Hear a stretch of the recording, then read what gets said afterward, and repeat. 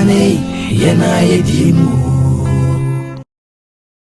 Kumawood TV aba Amansane yena yedimu Kumawood TV aba Amansane yena yedimu Sini papa bena upe biasha Amansane winyano baby Kumawood TV Amansane yena yedimu Kumawood TV aba Amansane yena yedimu Kumawood TV aba Amansane yena yedimu Sini papa bena upe biasha Amansane winyano baby Kumawood TV Amansane yena yedimu Kumawood TV aba Amansane yena yedimu Kumawood TV aba Amansane yena yedimu Sini papa bena upe biasha Amansane winyano baby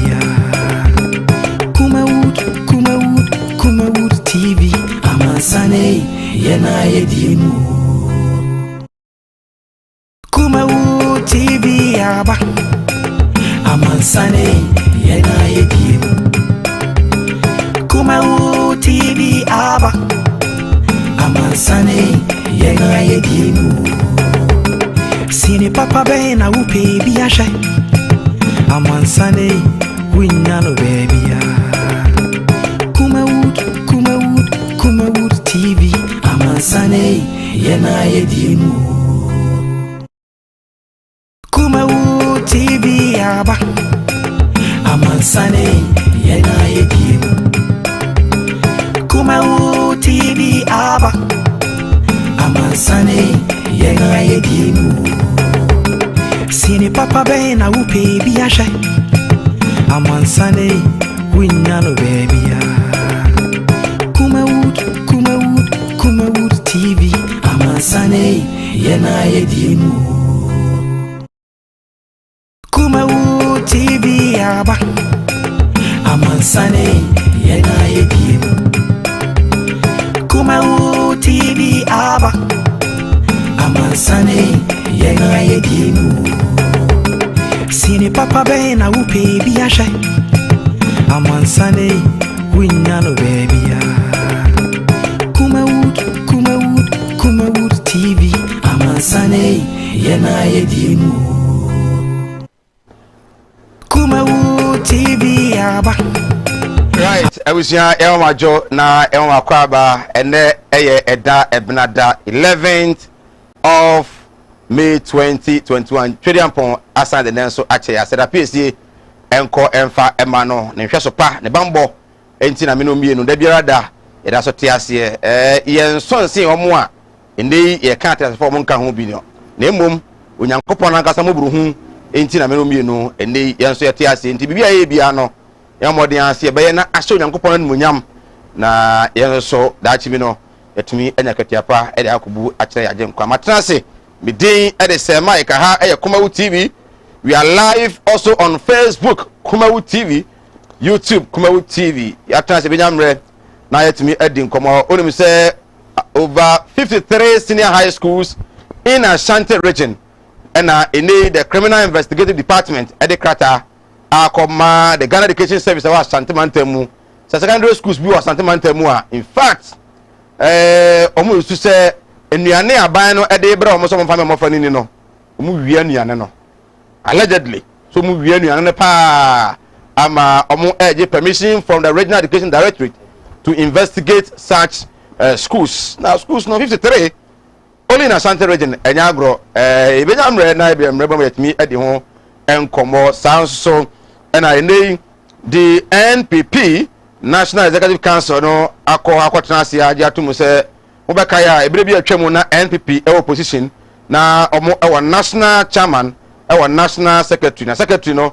na e kwabena e Japan na afi Paul Afoko and so omo national chairman na ene dia betodwa ene se benimo kwatena ase no omo se Paul Kwabna afoko de on treachery still nemom Kwabna Japan omra na on sameto no jumadi a wodi so o ma meye general secretary former party ne de and so party no assign age no atum se omra bi benyamre we won't allow any imam pastor to lead this country in chaos muntaka and so na eka say in fact the asha say eba Roman Catholic for support omodema the Methodist Church of Ghana Christian Council de omoka say Muslim for penifo bi so omaka e de afa Wesley Girls and so no omepa atone ade ade de manfo ase kaka no muntaka echirem say de Christopher penifo ni bi ni Muslim penifo bi eye no enso ni yan hwe ya e de ha beba into bia no adwebre o enfa asumdi entimi emra o minor. This country does not belong to Christians. This country neither does it belong to Muslims. And you be at the Yenya Ghana for into Yenyamre na Semsia Yenya Botrem Fankan or mine bar a bugu United so yes also an area now far and semper and to me Benyamre near the home and come illegal mining, the fight against illegal mining. Dear Kosopa nay 3 miners and I had jail almost 15 years. Nay extensively ye nyamre na yedi nkomo about a kwan be na aban efa so na ode etu illegal mining ase ewo oman Ghana. The current approach by the current government or the minister of lands and natural resources Samuel Abujinapo, is it a right approach? Burning of excavators, champagnes and every equipment beyond on the site no almost no. Is that a right thing? Small scale miners I my Ghana I a press conference over and over Enra almost another press conference giving an ultimatum to the minister and the government. Now why are they also saying that in support of the fight against illegal mining and I say they are in support by the thing that approach now a wrong approach. Maybe I will be I mean the situation area say concerning small scale mining or concerning mining. The youth knows what is your take about the new approach? Moon say the last week Muanamo Kasa on so you so chile muse Muhia Juma and San and commit me a jai small scale illegal mining ya sorry much me a jai Naban a Jumani Yama no Abani Yama Jumano so still na Mbakoso I illegal mining na and penny 4 hour Benyam Red na yet to me a D and Como and so it will fear na fee other issues soon say and now consider na grow mention North Member of Parliament okoye adia na esombo pa ade okoye nyina ne se wonete memufo ekuhia sepe na afis bobo kromfo oje omadwe nkire ekon fa so obu mention of na afis so no the mention of for experts on koye mfa mo electoral area by electoral area ono mo hia so far 4 electoral areas and ono mo hia o he ni mu se 3 na aka no nepam ono mo be hia sampling of views to see how best obetumi ahe na wa solve problems omo etumi ede ama wo mo Rebecca say there is a good approach some members of parliament currently under the Fourth Republic you might have say enya betumi aboapa and also ehon komo e wa ha ebenyamre na yetumi edi mpenifo no atenase ebenyamre na edi nkomo na ebom o ya secondary school ni ebi o wi otifi na ma kwan wo fie track na mo fie no mo school mo se cars BBC wo elodun ya ne bi de kwa na my information no na intimi eni nkomo 53 schools in Ashanti region and nei omoto eye echi midin once again edit say Mike abeja for atenase aseda enko enfama Mala Muhammad Spiritual and Herbal Center ekwa etv escafo amantem Kumawood Training Institute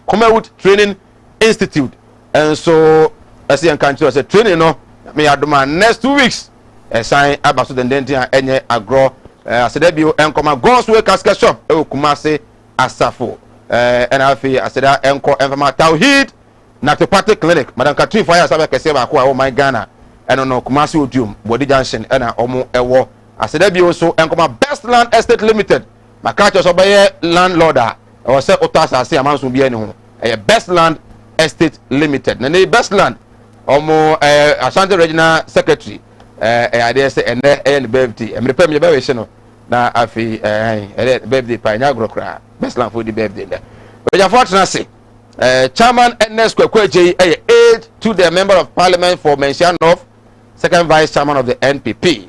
Atenase. Sanso ena Ashanti Region Small Scale Miners Association. But then Yakabo Yakase Ghana Small Scale Miners Association. Ashanti Regional Ghana National Association of Small Scale Miners. Ghana National Association of Small Scale Miners. Inti MCR for Moya Nesame. Ghana National Association of Small Scale Miners. Ashanti Regional Secretary. And so ewa ura edu jamfi and so nei edenaba ye be deep komo on small scale mining and afin so no fuma gudie kwambone a ebi mo fa so etu ene aban no hye ya ode aba yenyamre na eni komo ma me Millicent and afi ebi mo sama ye nchia mo ene anwumre so nyamre na mo hwe Mr. Du akwaba ya boja bibi aboko de nyame adom se won so ohoye abade adom ye hoye se Ghana de ye politicians ni fiwa mo mutu go na mo ho se ebi wo mo nsam pa de se sanete na o kasa me no enya adwe okay if you say ye hwe Ghana ha no bra no bra no ye de wo mo asabi wo mo ediye e wo Ghana ha no edin ba me hu so scheme man na bia de o sa ebi anu mo di kan fa mo ansam na mo fe na wo na ye wo mo hwehwe mu ebi anu mo di kan fa ho ansam na ja eba politicians yi wa na wo mo ada to so sa enti ye mo mpaye say gachi ebi ana ye nso yetimi aduru ehonu. That's true Tama akwaba me James Migi abako de ibi akoso kama nyame adom na so e nyame adom bako akwasi ho ye de nyame adom ona bako se kodi no ho ye right briefly yan ko hwe video no embra because na yemra no de edodo no ano edin komo on small scale mining enti yan hwe de course of Mensia North bra member of parliament no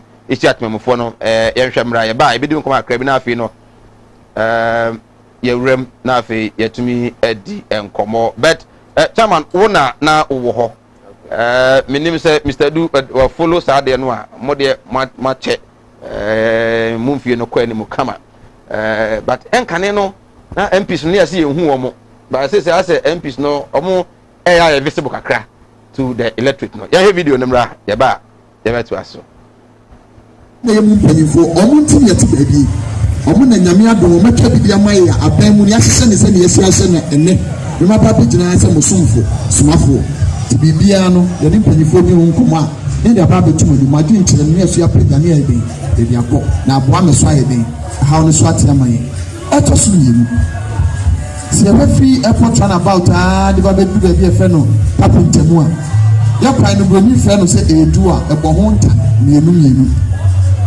nyame adom mpanyifo no nti komo ede esu kire enna akwakoto omanim no mpanyifo agye atum se efi baabi a ya aduru no answer the toss kodu estate junction your buyer me send ya free airport run about me ntasa so dia pa abo afusi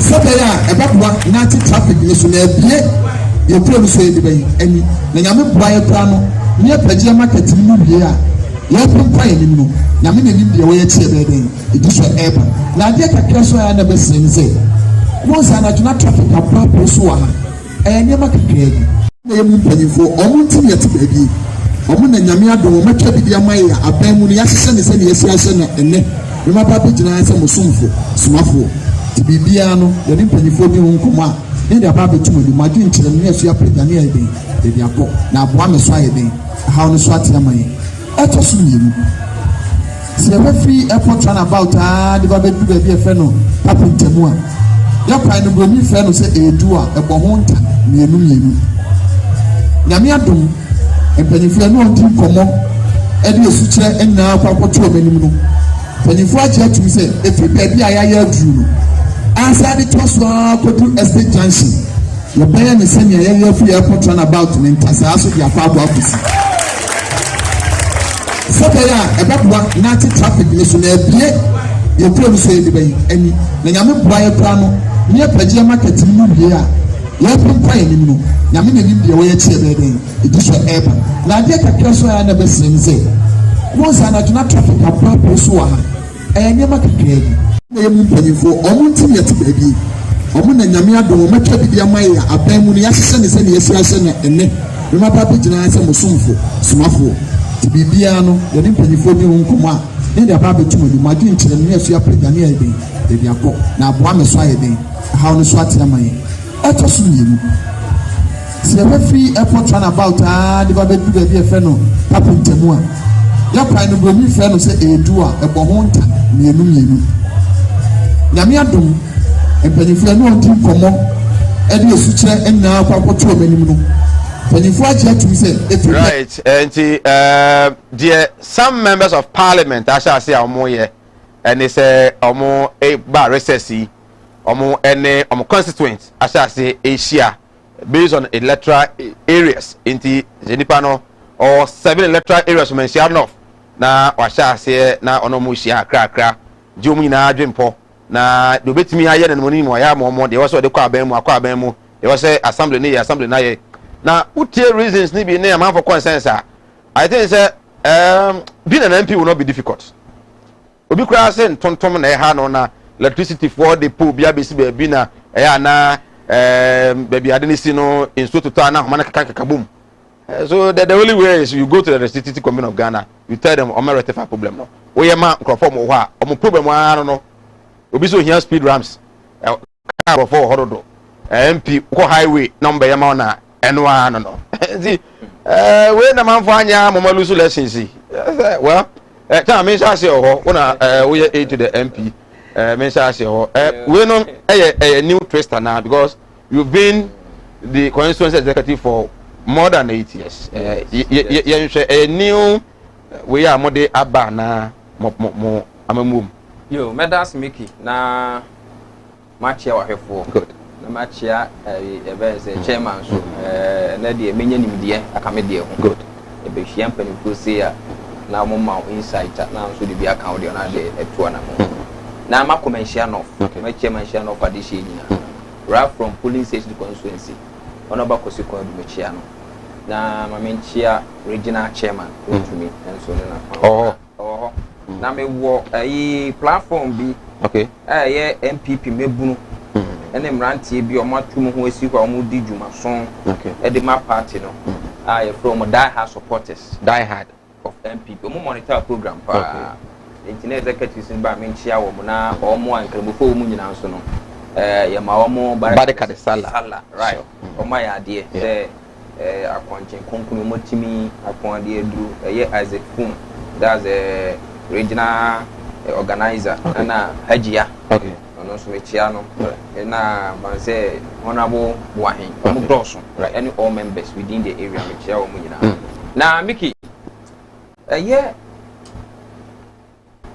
MPs and this time omo anamuntu a omo tu yes say Jesus sebe obakwasea and ensesa na be ana baby a obi to na mo a ohwitiri ye no etoye no uduru ho a also odi mirika pa eni twem so what you say good enti eye ade a Ghana for aka na se oye badwemba also nso fa bi na odi to na mo sebe parliament ho na wo koye enye certificate ne ediko eye nkrofo ko promote okay enti se ko ba se emra na unye MP no anyi no tempetu na so unti hokora na omu a wokọ ho oben wo mu obi atimi ben wo be kana asem so what you say na se enipa ko no mawutumi na se sa tumi no edu kopie baabi a tumi no so mra no so kire se bibia wokoye bia no also odwe agentire firi wo mu ho ana wo de yakọ baasi ni moment e beto aba ma na afi se wo firi tibie be kwotena soro na ne femfo ni di enye yie dia onua enu one time ubebe fie okay now I think say the right direction very good at this time members of parliament na starting to sana ma hu nyansa ne odo ewom ne pe say also mutime ne omo constituency ne ekofra no mo kotie omo asum asem omo kotie omo asum ade na se wo kona nso ne oyonko minister bi di nkomo hu se no minister we me kono ho a ena no me ko ha no asemu abro no we so ka so ni ani so ti ase na unso otimi atu ho na mon e de aboa wo mo se na wo ka no ona boba ye etu na mon there was 7 electoral areas. Ya come 4. It's a coca about 3. I also ye. Of which I know so cover a better one. Na ye kono so no. What you say? Baby biara. Ye kono. Will be any peculiar problem. Say a mention of kakraka.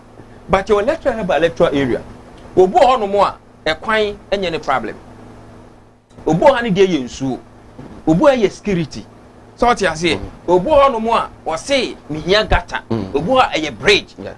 Enti se wotimi tie onkrofo no.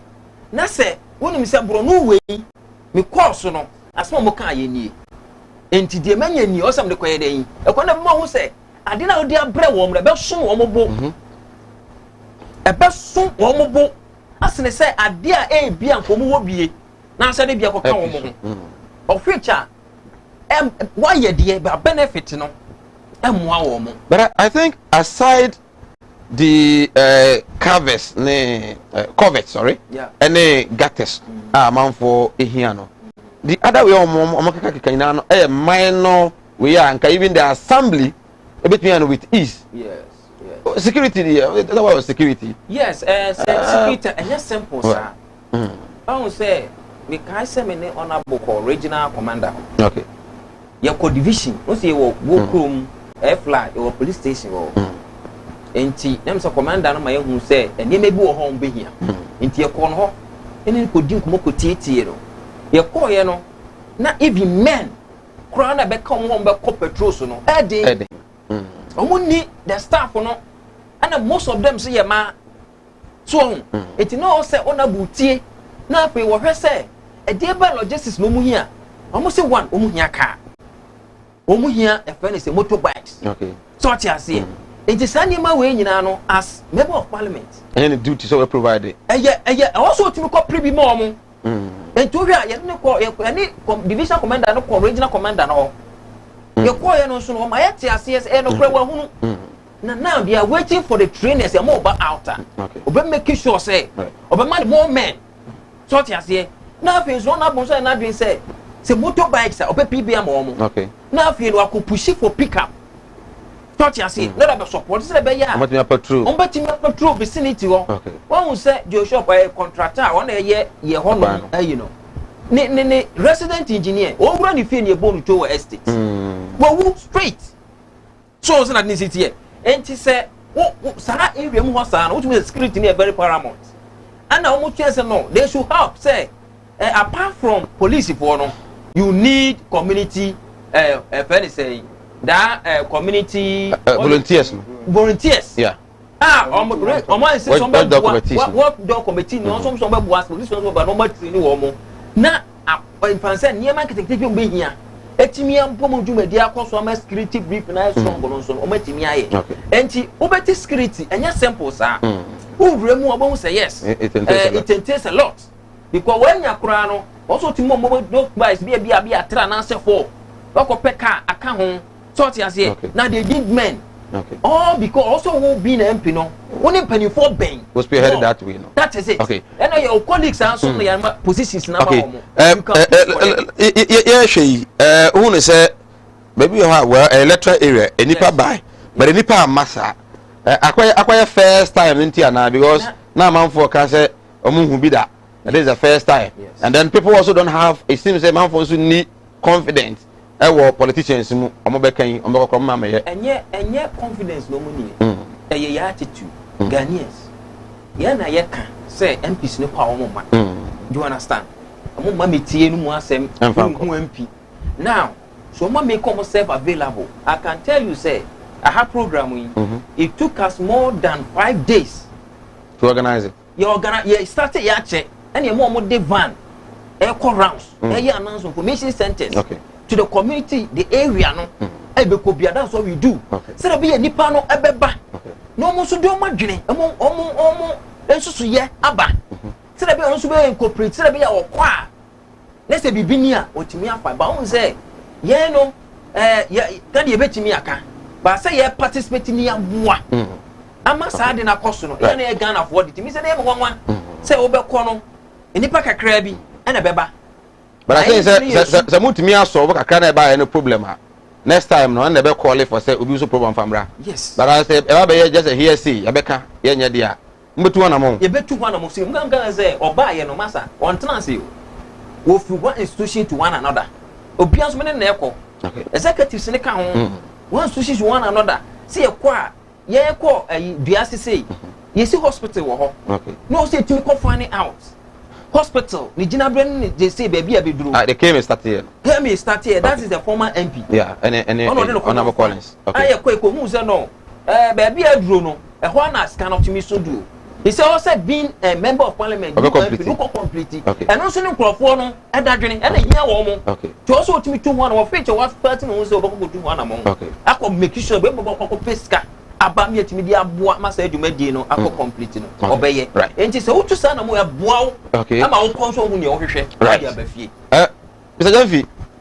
Sa de we no na etasi MPs no mom de mi nyini ya no na ebe hu MP a na ibi anka bato breso na oba beka de na ban aye ene de obesan aye the new twist na dimension the young politicians no edi wuremo no obeka se beboa you already media in politics general Africa politics no me appetite e free mu if you say o share Africa continental na say ye can leadership na in current dispensation amamu politicians any day ye anymore na utimi hu say ye leaders affiliate. Okay.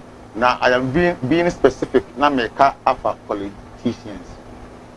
Me politicians na me ni omu gidie papa bia ana vice chairman kasa o kan bi na o say wo ba be ye MP na sa anamon we wantimi antu a wo be ye one time MP enti bia so o mo be say wo be ye one term MP enti ana ma wo etu sa anamon no na me so no me hwa me hu ni say we sa engagement we say enyina na de nipa no ehwehwe no so no ye hu no wo ground so a wo be ye one term MP a wo be ye one term MP. Okay.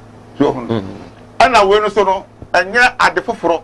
Oh, okay. Ebi se wo hwe mrase badwani ni dwumadi a anka saa enema we anka ebetumi bie banka na wo hwe bia ebi se wo konkran ya de wo betie e wo nkran no wo se wo ba efom na wo de ho amane wo hwe amamu no asa na link no etie wo mrase badwani no wo ye empotemofo na musini ewo mrase bedwam sa mrase bedwa no so no eye one arm of government enti ka wo no udwumadie no wo bobu ansam no ewo fom na wo de akosoro na wo kosoro so a de wo koteye ewo soro so no wasan e de abafom ye nyina ye nim se enye aban we se nko a aban a abakoro ene aban eye enyina no ye nsabe ye mrase ana ye amanyo dwumadie no say ye kokko pretumi nu ewie a instead say ye de tumi no ebe som ye manfo no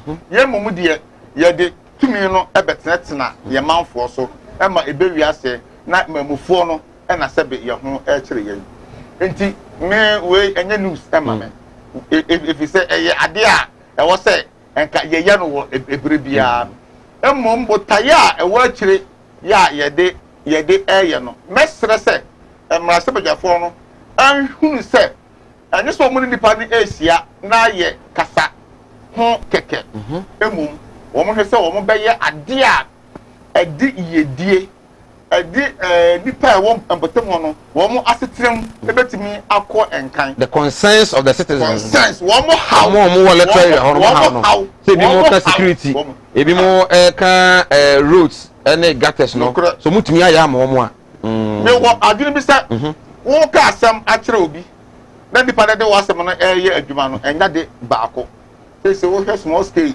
yi ekun ya ekoso no sa de no aba ba ye asem kase pa so enti me mpa bo ene se enne emrase badwafo ahunu se wo mutu sa anamo no na ebetima boa wo mudwumadie ya wo mo ento enkoso me encourage wo mo na emum me ma wo mo mfa wo mani ensi so se engagement no nko a ene ebetimi ama wo maye 2 term and 3 term MP emum wo mo hwe se wo mo ebeye nipa na wo mo wo fom no wo mo ahia ade enka constituency de se ye to aba ade ka se wo di ye enyinaso e de to aba eno no development yes so ye mamu aha ye Africa asema na America Ghana eka ebie no eduru abato so a na wo hwe nyema nipa ejina so e de to aba emu obi ebe wo mo kan dini a na akoye asefom mi mpa won se wo mo enko so na wo mo enye efise eno yesi wupusu nunumu a na wo tene kankan eno na ebe mo wo hunu ne wo mo manfo no wo mo haw ne wo mo amane na se wo mo wadwo fa se wo mo ebe boa wo mo dia wo mo ejina so na wo mo edi ama kuntu aba wo mo akotem. Right, I will go so we are live on Kumawood TV, also live on Facebook and YouTube. Meeting at it, Mike Ura Dujenfi, Ghana National Association of Small Scale Miners, Ashanti Regional Chapter Secretary, Ofia on attending Kachisia Sanso, and aide to the Member of Parliament for Mensianov, and second Vice Chairman for NPP Mensianov constituency, Mia Penny. NS kwekweji enso ofia yedin komo yare MPs de omo ya kwasikuna do dia oye o Mensianov and other areas. Mse mama part last time coach apart nipa header masa na obusa sama na say oh ye ba omo so ma wona me say ai mommy omo ma because mo sha ase ache ma mfre omo afin ma fa nse anti omo afin na mo de tete omo ntie bia mo ya no mu sa mo betumi aya mo friend next time omo ebeba. Well, also okwani to saying, have you been seeing your member of parliament regularly? And I say more often say when ma be share I be diding mo enkomo na menya wadwenkyere fa wadwenkyere na bra WhatsApp o de beba sanso and I be to voicemail o de ba yebebo e de ama and I be to video recording while recording as my person kanwa na o de ba so ibeyi amamanfo nso no atumi ate de opese onso woka you go so enyamre esinupi yentwa ye ho enya aboafo nkrato ma ye ba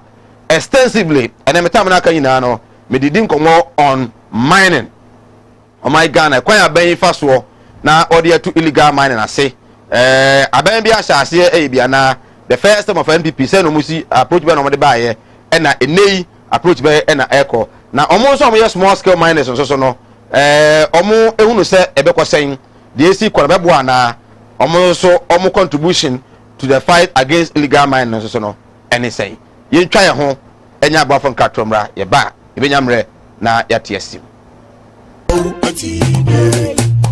Oti animudia me manfo nyi bintina mo ne yira ebinu be from ho se me yo omo asofo nso no mo nya ma asorema akon asantemamu akonfo ne yedo do wasen nso boni ekoso no amro ben eya kristofo ene nkrambofo enti yenya mesom na nyam kwase anyam na yeso obi oho amene wo kase stroke a chino wa ya stroke no enko malam sebra enti difo no nimto de yesu no de moti abafie difo mu obekọ puppet so jo owensa difo mu awi tramadol masa piao so ho adwiru ene danta de bibo ano Mala Muhammad Spiritual Herbal Center ebena da bia 7 to 9 p.m. ene ni hia Kumawood TV na yenyamre enwura sunsumu eno suko na ohaw eda oso no mala mohwe na onyi emfiri ho emfa emawo etwere yare bia edam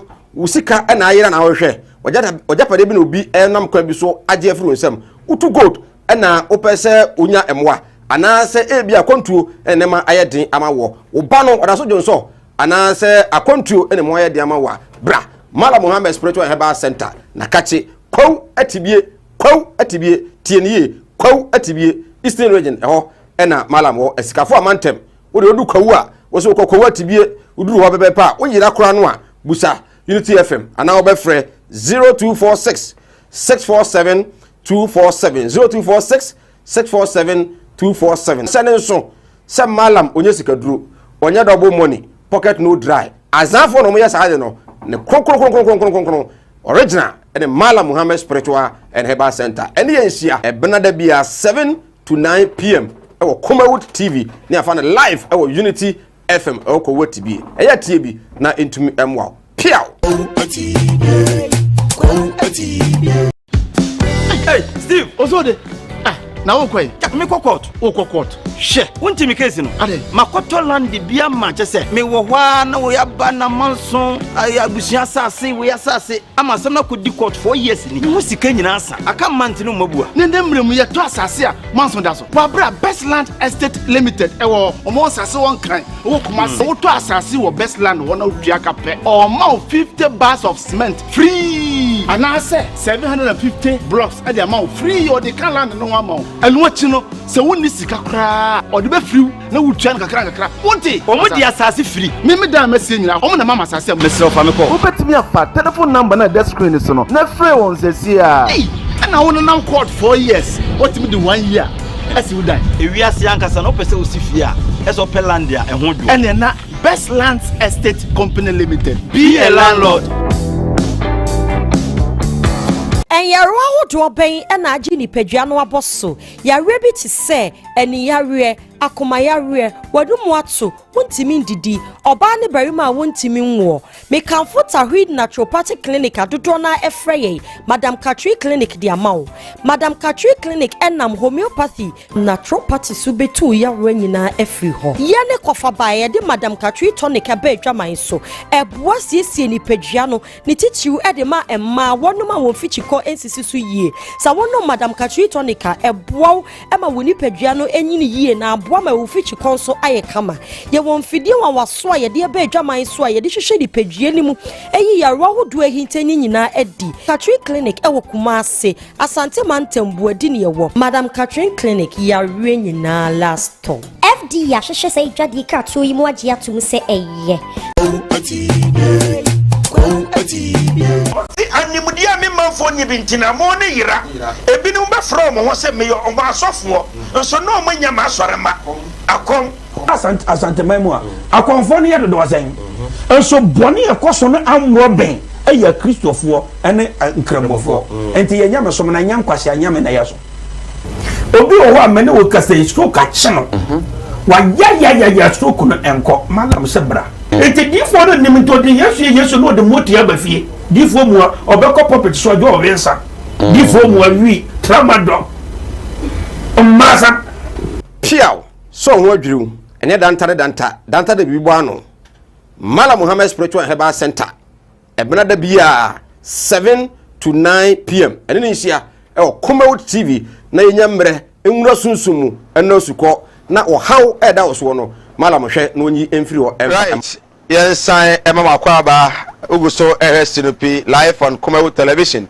adwenkyere fabra na enyamre enkenkan entumi emfa ema makacho say nei there are so many ways by which you can contribute to this show called Sinopi yobeya ne say obefa phone no text message eba ebekan WhatsApp ebekan voicemail we now the band temu a ebenyamre ne yabo etumi e de ama sanso na obetumi a video wa ho asoma pesa woka o de sande na band temu a ebetumi enso abo e de amanfo ahwede pesa woka na emum no voicemail na afi nso no o video na wo ye no it should be more than 1 minute eni kwa say ebro minute baako na afi ne yenyamre entimi nso and download na yembo emfa ema enti wajenche ne bra na entimi kenkan. Let's understand where you are, the situation of mining either legal or illegal in your community and an effector ebia say illegal e de eba Ankoba river there information me wo e wa ha ne say river no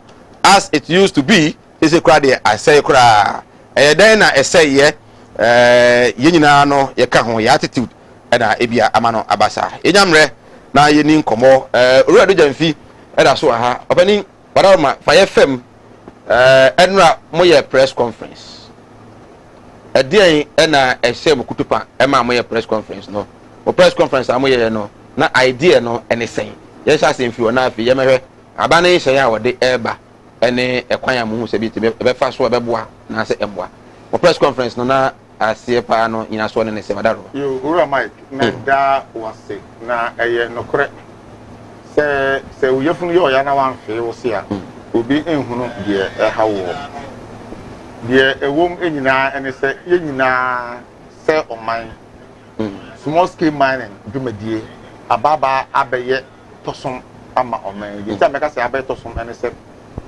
abere akọ ne abere mu bemu enyina no ye kase tia se enam so ama ye bo ade bobere essay nti it calls for attention ade no so no kana ni bia ene me ebeye adwene se e wo se ye hwe na ye ka na genti ama ya beduru saa ampompon so no ene se wo hwe small scale mining ne abakwasemo a eno na ye ma ye benya din galamsey enti eyade a efitete entrede ye nananom na adi sa adwuma no a 1989 PNDC apenso na sabre o mapeni JJ Lawrence ehunu se da bi ekwan ye faso etu man se wo omamu eha no wo hwe tumi krata ye de ma obi e ma no tumi eye man na gise kwasi broni nko a enti o hwe last scale mining companies no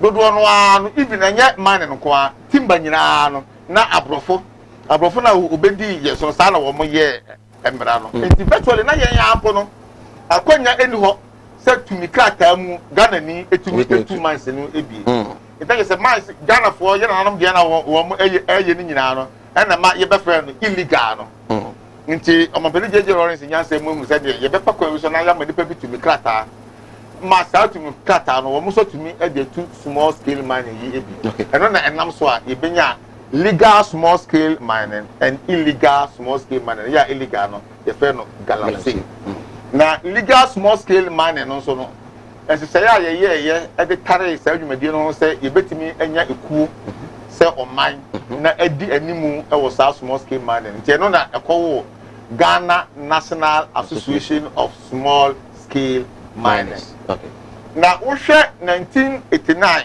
ya ye ko emrase ebedwemu ana mpanifo tena ase eye ho emra e ma ye gi etumu no a efiri ho ebesine se oman ye sada enye emra bia ye de etoto small scale mining no edumadi since 1989 no ye sada enye emra bia dia abaya abakro ne abaya tiso nyina dia wo mo ebeye bia ne se ye hunu se wo ha no eba na akwakoye eye aban interventions so hunu enti aban no esusue mu o ene yenye sei na yeye sei a ebetumi aboa enti saa de no krampo no we should bow down our head in shame as a man say small scale mining no yentimi entra ase enhwe ade no na yenye ho esese papa ebetumi aboa wo hwe esese so a yedi kan eye ya enne wo de ba in reality no utimu se entimi ensisie ni epapa ma picture no se de etie no adwuma ye no yentumi anya ni ye enti sei no wo hwe a ebre aso se wo man holistically small scale mining adwumadie no ye tenase na ye hwe eniema e wo se ye de eba mu de e wo se ye yi efiri mu ya ye betimi aye saa ade no e wo bra Ghana fomfoma ibenya so emfaso adie na afen so no yatimi abo yen sase eni yensuo ne bode bade bobere ho eban nti saade no ebesine ya sudie ya da o se oman a e wo se ye hwe na yitu ho anamo afen on kasafa ye press conference no ho Ghana Association of Small Scale Miners yen nyina ye appreciate the level of degradation in terms of on water bodies and land or how small scale mining adwumadie aba eninti enya ba we nko abanya abakro bia no wo se bia wo be se wo be ye no mo se ne akaya no atu yese ye se de be ya ye betuna aboye nsu ene ye nsa ase ho eman na de ye hunu ene se approach ana ekwan a eya aban abakro ene aban etiso wo mo fa so eye no elunti na ma ya bedu baabi a ya duru yi woni me ebeye adanse se interventions a abadi atwamu ene de eba enyina no entimi ema yen solve problem no enti na the question is ene ekwan ye fa so aye eye no no enye ekwan papa wo se ye fa so ema ye de eye no enti na ema yentumi en solve sa problem no na se na rado ye to mama no ni mpredun so ne kasa mu o kasa wo kan o say adia ama yaduru bebe yaduru small scale mining dwumadie mu eye politicization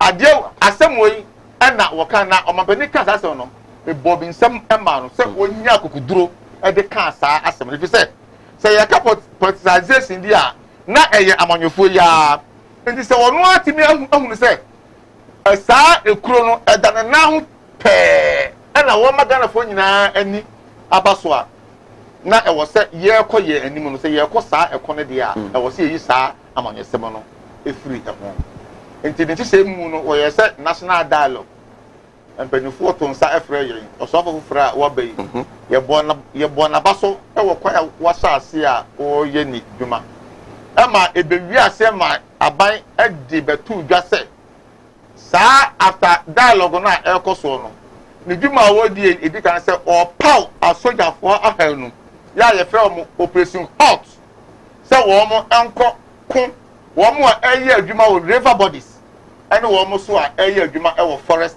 reserves yẹn nínú ẹyẹ adwene pẹpẹpẹpẹpẹ efi sẹ nsuo so no obiara ni akonya sẹ yẹ bẹ ma akrada sẹ kọ yẹ adwuma ẹwọ nsuo so ẹna forest reserves yìí kane so obi bẹ yẹ adwuma forest reserve mu a na owia ne ho.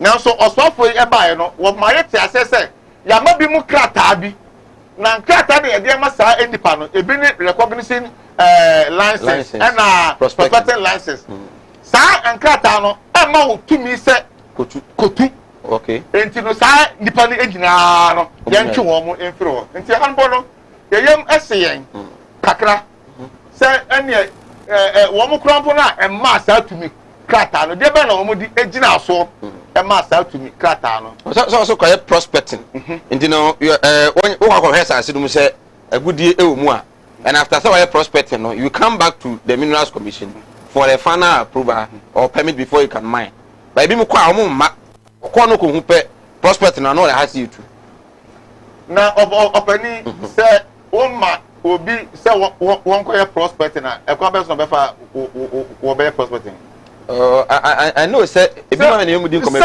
sir obetuala yeah obetuala so hunu enti asamo no eye ensam ngunai but my member was specific question so ye hunu say soldier for na omo e diguma no that is na ye de ma wo mo no there has been some excesses soldier for no omo ya manatra wo buju de no wo mo eye ama no atra because ye nim wo mo a omo ye adwuma e wo enso so there was specific group of miners ya wo mo e na ye adwuma wo sa enso no so ye from tutututufoɔ ama we champagne na da bi ene wo mo de ankre e body bibi e te se panton okay wo mo de ye pra wo si pra no so ana wo mo ewo na wo mo eyi enso no ye yi gold no efiri enso no emu so mo ye members no ye nim saa nimdie no ye nimdie in mine no enye saa bra no na ye de efa ye okay and we are expecting say ye kokon omo a eye adwuma wo enso so a they should go for saa to no okay because one more any the major target there may be obi a oye adwuma e wo asase so na emu so no wo ye asase so adwuma so a ye wo ekwan wo say ebeda oni enso entem na mom wo bu nani agu saa emra no so na wo ye ekọ ensuom saa nipa no ye che wa woni wo mo eye ensuo so adwuma no eye pe eniti se mra eno edi a ye ni asembia ye ka okay saa directives yi eba ye ba bonten e de to ye members nyina nim se wo a wonim se wo ye adwuma wo ba bia aban ato de din red zone no umpe ne ton empe ne no a sesa wo niema efite se wo ho no na ye ba ebe so di a ene yike oni nyame nko eko no enya de a ye beka ho ebibia saa de ma wo nyina e ya na mo ye tu ye na ye de e kire se ye support aban no se won ko saa eko no se de be ya ye nsu ani ebete na afi so wo mo so e wo forest no na opani operation no esa ase no me de be bia mate se wo mo akọ no me nte se wo mo akọ forest reserves no ebi mu die me de mete se e bia what bia national security for bia operatives bia so mo Jubilee house mo kwa so mo national security for as Sa Operation Vanguard move from the Delta Force for Ubia. Omo ko chom na nsen no. Womo enye abanya asojafo no ene ko chom no. Womo the community no. Kromo for no ene ko chom na ye ka the task force current task force womo edwuma because ye wura samalabu ginapo woma yamunu se womo authorize the task force bia apart from Operation Hot. Yeah.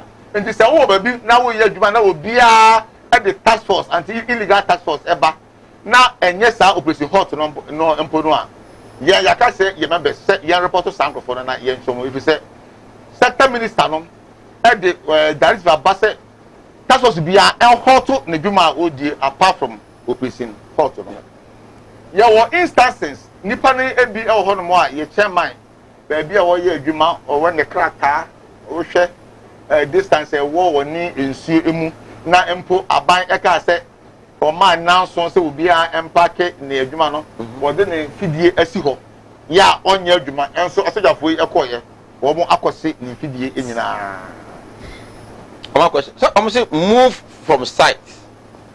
Sana directives no by na etie. Say wo baby a any kwan so one omo ma ensuo so and as a reserve forest. So wo say those areas no a you will feed nyina fa free one. Yes, I won betu feed no be she no. But per chairman dey say ono no oni reserve forest. Oni and ono so oni water and distance buffer. Who determines the buffer and what is the range for the buffer? Buffer no yawo emra Minas Commission emra echere. Okay. So wo ye adwuma distance e was say e better woni insu enter. Na e 50 meters. Okay. But new directives we say e ba ye no. One more and one more eye say say kwabo de ye free 50 no. Ya ye de e ba 100. Okay. But who should book mu any emra e bo ye adwuma no ho e ba no e dia e 50 meters. Okay. Enti sa ye chairman yi adie na eye more than sa 50 meters no ekura enti ye say enya ade a owo nsuo ho na enye say oni krata so say oye ho adwuma eye bia wan ye adwuma e wo honom dadaada enti no sa enipa no hu say wabo waye ne site no abobo na yi no enyina e wo ho enti sa wo se wo mo enyi wo mo enfidie emfi honom na wo yi enfidie no na what the back ebe park e won office until say what say what defidie na e ye adwuma na obetimi e de emra no adi no so omashi site onyina ya wo examples amount for so krapa o ma track o machine e de free site abafie ya be hye no e wo fie ya wo examples bebre ya wo no Mr. Jeff I don't know specifically area buying between myself. ABC wo Bepotenten. Okay. Jakubu amanse yeah de order number say wo mo anyi wo mo enfidie no. Wo ma yi wo mo fidie nyina e dia ba fie. Ya be hye no. Wow. Reasons ni nyina ene say yes afidie ya esi ya de galamse ya na ebe ye ja honom ekokora mpo no a ebesan akoye galamse na ye ahye no. Enti wey ane eniema anketenkete bia ye sase so ye dialogue no ye nimu nyina etena ase na wo mama yanhuni say na wo mo be fa so aye adwuma no mo na mo yes small scale miners no na mo nya aware during the dialogue no say there is approach that we are going to use dialogue no we took part a one cry and example ye bi e wo Kumasi ya e se nya mebo a Asante region e ba so e wo ha no ya e kina ye ko so na ye wie ye no ye wo enkra no even enyema ye bobo so nyina e de ye points no be ba bia no one ma ye kan say ye be ma asojafo e na akodi sa adwuman well aban na tumi e wo no ho ono so no nim ne ko awo ko so ofi say asojafo e na obe eyi so a obi entimi ene no enye ye na yenkai ehunu say Ghana ha your history was a fight on illegal small scale mining.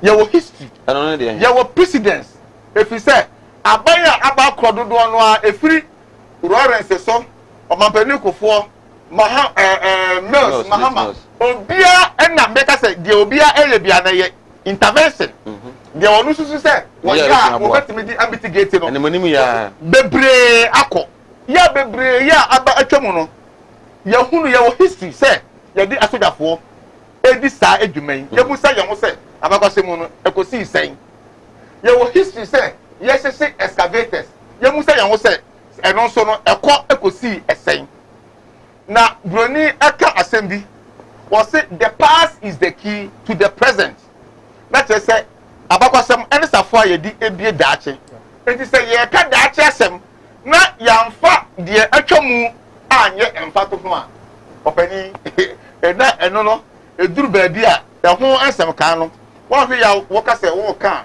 wɛda ube eyu so no na akɔyɛ biribi a ɛwɔ hɔ nti yɛ ayi a yɛbusa nyinaa ɛne sɛ what is the motivation ɛwɔ saa military a saa bere yɛ eyu so wɔn mo and how are they going to sustain them ɛba sɛ yɛ ka small scale man no ho asɛm a mɛma yɛhunu sɛ small scale man no yɛ ka sɛ deɛ si egyina hɔ right nti what kyerɛ mu to that extent but my press conference mo ma ultimatum 7 days 7 days na mo say yes say aban ehwɛ sɛ SSS na ɛkɔ so no ɔbɛ address ɔbɛ pɛ na waka ɛho asɛm because we are not expecting say saa deɛ no ɛbɛ kɔ so fi sɛ week 1 wɔn operation na wɔn ɛbɛyɛ no the first minister yɛwura Dominic Niti wɔn bɛka sɛ wɔn hyɛ 9 excavators ɛma yɛ kasa ɛfa ho yɛde release mpo ɛbae sɛ excavator no ɛhyɛ no yɛnhunu motivation ti a aban no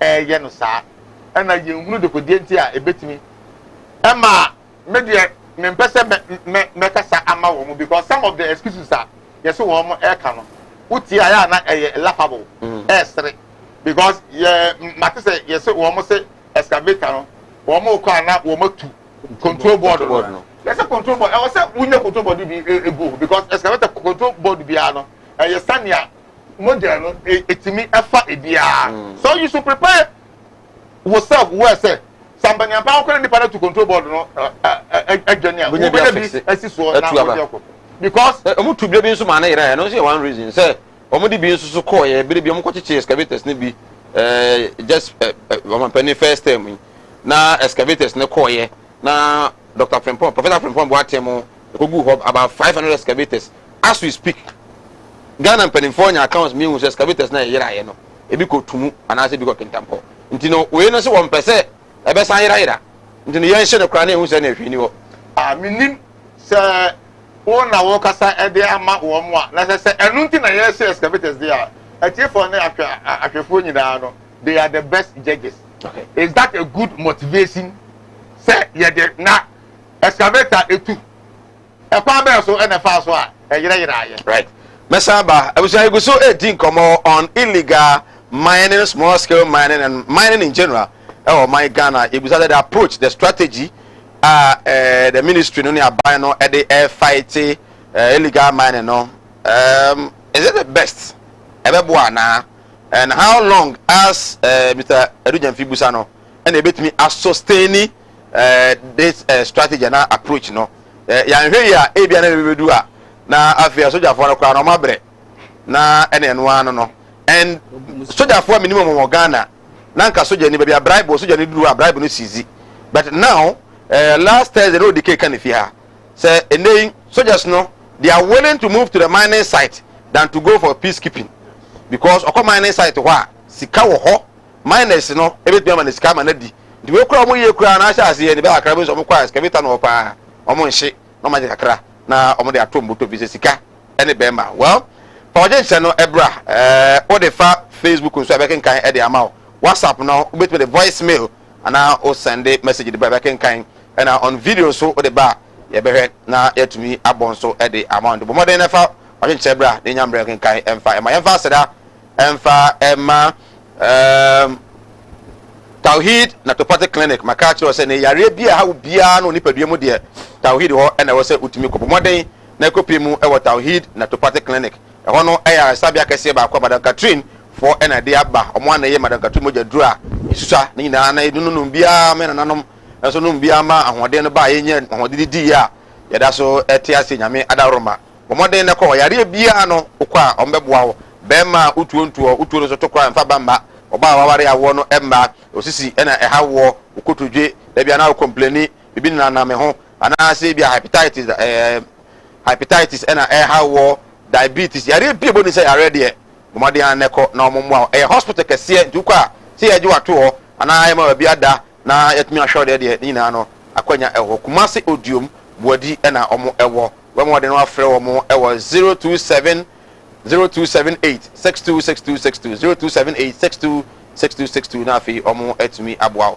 honest Mintio the fight against illegal mining and the already Jamfiaka was since 1989 Mra say no yenye review bia no one so bia ba no tugum yenye ne saying now I judge to Accra no atugum but I believe say the miners themselves no especially the small scale miners anyone who illegal mining no are the best people on bet me atna say ne abana transaction say e say ya e bia ebeboa now the approach am ye obi no de no far from the water body there I know say kasa kwahye na de obi de sifie say kwahye no mentio ha make that's na said the no offer get okay we offer my penny offer GMP oh okay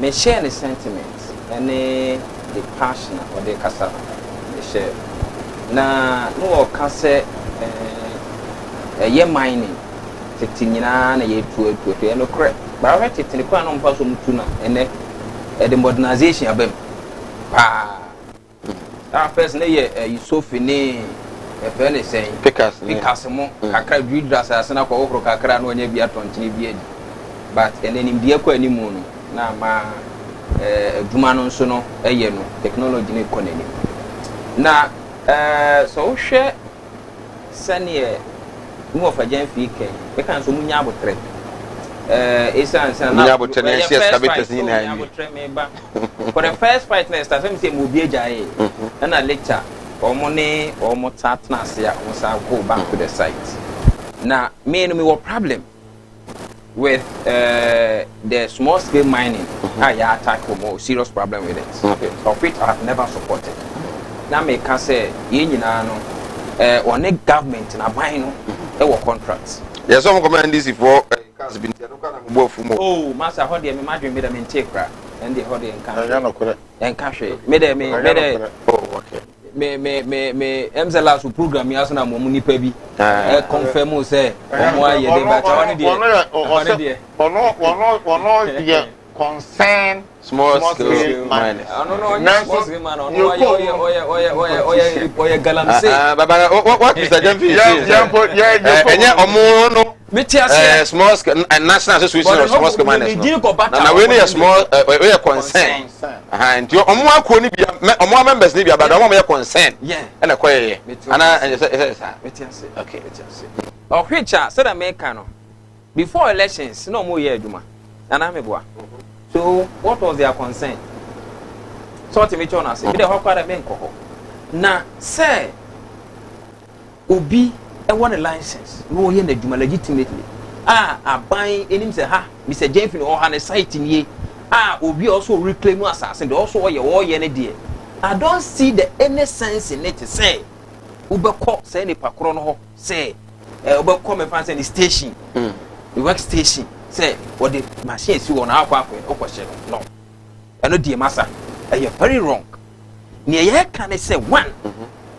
illegal mining omo mutu agudie ewo nsu ana foresting okay so tia say enti say yemfa ne say abane ne hye be no be so okay sa na te ye nyina yenyai pam no twa no ma te nyina yenyai na fe yenhwam hyehyeye wa small scale mining license kwa yewa djuma you understand wa utu gudie e forest mensi hobiem do you understand na ka san hyehyeye we nyina ye den akoso na ka ma dinyo aba you understand ba say wo bi e de machine every site kura de akosi fie say the work is na tie dia na I doubt say the property mu na enam no e de bakwa kwhye sa machine I doubt and there I doubt say the well established team na move with the team no using helicopter and drones enam no e no be kofie say machine si ho no makwhye no I mean I'm a bit confused here and I mean the idea of burning the excavators no I don't support it na na meka say ye wo municipal and district assembly so what you say ye wo federal rules wo ho anye bia ye wo kwan bia ye nwura mu kwan enke betimi de machine square dey adwidwi so ebiasi pen yes me ti ase me ebiasi pen ko be kwa ne sama so wona ade a scaveters no mo je no ade be chi no na yera every assembly ho etina me ba ho no so cuz that idea no was perfect do you understand but eye den na ka professor from Bob Martin die and a machine say agege e dey question the district assembly di bia ko government warehouse etimi yira ye eye the minus ya ne san crofo mo hwe so na no mo sa ko mo ngonsa o ma de ko ye eni aban mu crofo abana me ka no me nyi obi mfirim se ka no etwa nifa etwa bonkum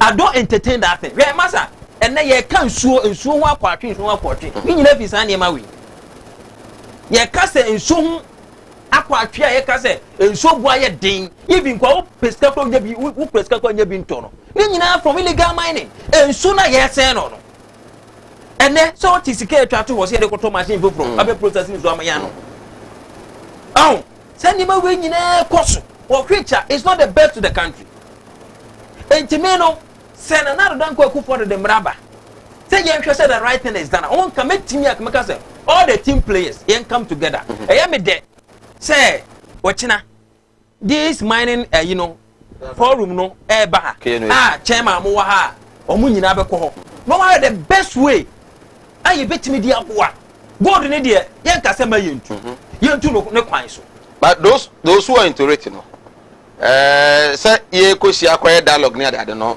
some of them it seems say omo mfa ho omo na nya omo ye illegal no illegal no na sa de we omo ni nye ho so dem jo na say na say wo ye proper small scale miner wo kura wo license say ne Mr. Jamfi kai ne ya frɛ say aban se bra na ye hwɛ the how best e betumi atu sta no me ya nhyehyɛ ye yi a onu anaka sɛ wo nkɔ de a ɛne na wo tena bonte bo ɔhwe na bɔ no kwa wo bɔ no kwa because wo sɛ na wo ka na me tete information ne nya ɛne de na ye ka sɛ control board asɛm yi ɛnam kɔka na baabi mo bi f ready mate ɔhwe kyin so it is going on ɛyɛ no korɛ now sa illegal mining no first kwa masa na ye just akuma na ayi o be na no wo illegal miners no masa mo high machines sikabem o high machines o mu tunu ti sade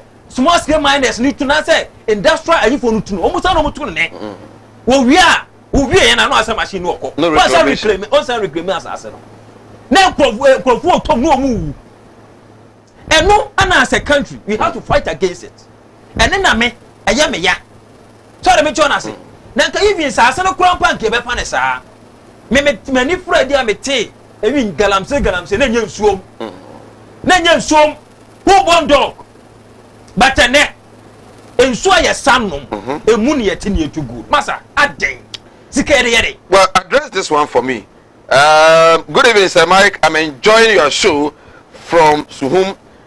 Please ask the NPP man in your studio, was it not a strategy by their party to halt all mining in Ghana when they resumed office and later on gave the concessions to their party members?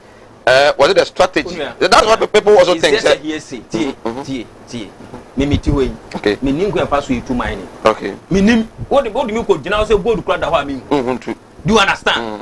There's no way. So I didn't know kaya. A sign a ginger almost I could this. I don't know. Who can you try to find fault somewhere? Find a there were other party members. We are talking against them. We are speaking against them. Such as here, ye cassette here, say idea ye see ye. Namumwa abaino. Na don't go for say ye. Namo MC nimu bini ade. Any event say some aparachikis be a program. Do you understand? You can't tell me say me no te. And now no near ka NGC for they were all digging it. No one you know too. Do you understand? No one you know too. Of which I mean against I speak against those things. Nana don't go for the say by. Say community mining. Was it to community mining? It me cause an answer. Do you understand? No, when one and I involved. community mining. District municipal. Because people are also of the view, say, Mr. James, people are also of the view that community mining crown. Acquire a party for a party for me no what problem. Because we are looking at how we can resolve this issue. That is it. Resolving the issue. You use that. The political lens, you give people a leeway. Okay. Ofori, watching from Elembele, or say, during the NDC era, I had a land that I was working on. Sir Mike, could you believe that when the government came and said we should stop, I stopped? My land is there, but the DC has not allowed me to work on the land, all because I affiliate myself to NDC. That is what people have this way. Yes, I bet me I know correct. Was it no was yeah. Was he having a documents and license to mine? Ask me. I was a question, mommy. Okay. What license are they mining? And answer because assassin the bush assassin, and also be able to was covered to the world too. What license said Mr. Jeffy all licenses here now. And no, I will stand against that. I stand against the access for one license, sir. And today, politics, master, yeah, MPP, NDC, we move together. Do you understand? We move together. And yeah, it's about say, Obu and also Obuaha. But the idea they say, what was the proper documentation of the two? Society there, or legitimate, used to also fight for Nasase. Do you understand? It's even the American none of them could know Busa, say, I'm a Mabuni say, Massa, none of them could. First one, what the agriculture system be by. They be a fairly saying planting jobs. And one more day I met a fool, SM by, one more the cashew, and training bimo. Those who were willing, say on jam mining, no, illegal mining, no, Roma, I got to myself in something, no. They were able, I do more also, Massa, one more years on the so much, say you get the Kurana, they will support them. Did they make themselves available? Omo make sure some me kwan say sir and she said na ban na no no my omo so mo pa na so mo mpe they didn't go omo anko. Do you understand? It is anima we nyina kekabom when ye ka say maybe somebody will also say you may not understand what this mining is. Small scale miners no okoba bia small scale miners. Sorry, use illegal mining. Illegal miners no okoba bia say the community no omo ya de for na nyagro Mr. Jamfi Beka say maybe we are young guys into it. Oba unyesika unyade odibeye nti say uka say u stop your mo na afi na bia nkosu yakwa befa so obedua abea ebi mo ha e den ma wo mo on that spot so man e den ma you see the word illegal adina ho ye no eni ma kwem se nyame ayo adom no so watime eni so ka so mo sika na enti ade enti na sika no manya no o mo timi fan for other benches na assassin in so na no be say no this is because say be community no ho no watimi atumu aye de waye yie Mickey yes ade amasa we will have a serious problem ya we be important so well ya hwe ye be important Besaba abusia ugoso Sinopi, we are live on Kumawood TV oko Facebook nso Sinopi, YouTube Sinopi wajen chawa de bebe nyamra kenkan de ama oye voicemail the buy ebe kan sanso na oye video ana old Sunday o test ebe kan de ama me din de say Mike abejafo ewa ha enyamre na din komo we are looking at mining the illegal MYA na afi aban na mutu awotu so the bitu ase Mr. Dujan Fie the kan say in fact looking at the approach no we new strategy no and how long will this strategy will be put in place because we've started looking at say the issue of excavator either the person is mining legally or illegally ni abeshe no ebekoswa senwa kudu breben ansa na ebia ye ja ne hye no so another issue but then one important thing about Mr. Dujanfi ansa me twa me ho aba ne say mo na mo small scale miners you understand the mining even more than I may think more than the minister himself what menya emre the proposal akọ the approach amumu hu no say omo nya ne kwan papa so no ema enam so bi be ka mo kora na mo nya kwan papa so no sei ni ene yen yadwu nsusu a e no say aban o fa so betimi aboa na yetimi atu illegal na say mma ye bibisa pen opani meda wase na yetu anamon bebre ena so afofoforo ya oba ye o say no bi me di ase ye bo na baso said you see ebie na pono ma yen it is anamọ no de yetu bebre ni mo ma de ba ko me pese wo se no so no se wo de adwene ma obi ne se wo de adwene ebe ye adwuma no enya ade ba ko sa se me taka pa okay na no me ka na me de agu asem no abrim ama ye hunu se wo de wadwene ma obi na nipa na de wadwene ade ma no ebe ye adwuma no enya ade ba but mo ya association so you are suggesting matters ana eno ntina ebesi ne saa problem no ɛda so ɛwɔ ha no mo a ye wo a na ye bɔde na vice chairman ekasa ma menka masa small scale mining problem ye wo Ghana ha ɛnem de de wo ha ni nyina ba ni nyina na na dan kwa akufado ɛka wo se politicization nti na vice chairman ekasa se duwe be na ye ka no politics na wo yifiri ho a enye yie ɔmampani no aka politics yeah what's our sector no 70% and now monitoring and supervision and so 30% say na me nu na aka bomu a ama yen saase ni yensuo say na yentimi anya papa bia so ama small scale mining ewo omamu ha no enti politics na de we hwe and now ye also even ye small scale mining kura eto enten a ye mem ha no bibia ye be bia MPP, NDC, MPP. And to me say another NDP, I say you want to say since 1992, yeah about fourth republic, yeah they amamwa and madam year juma. MPP ni NDC and Eddie Ghana so na Ghana for momo antom na sela mother so e to abama MPP ni NDC.